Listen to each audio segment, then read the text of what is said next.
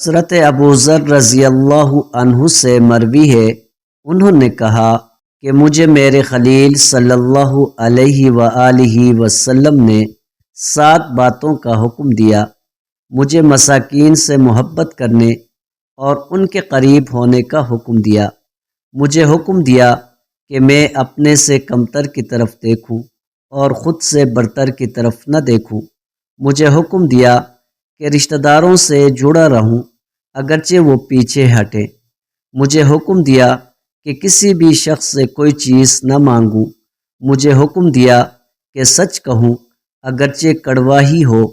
مجھے حکم دیا کہ اللہ کے بارے میں کسی ملامت کرنے والے کی ملامت سے نہ ڈروں۔ مجھے حکم دیا کہ میں لا حول ولا قوت الا باللہ کثرت سے پڑھوں، کیونکہ یہ کلمات عرش کے نیچے کے خزانے میں سے ہیں، اور ایک روایت میں ہے کہ یہ جنت کے خزانوں میں سے ایک خزانہ ہے۔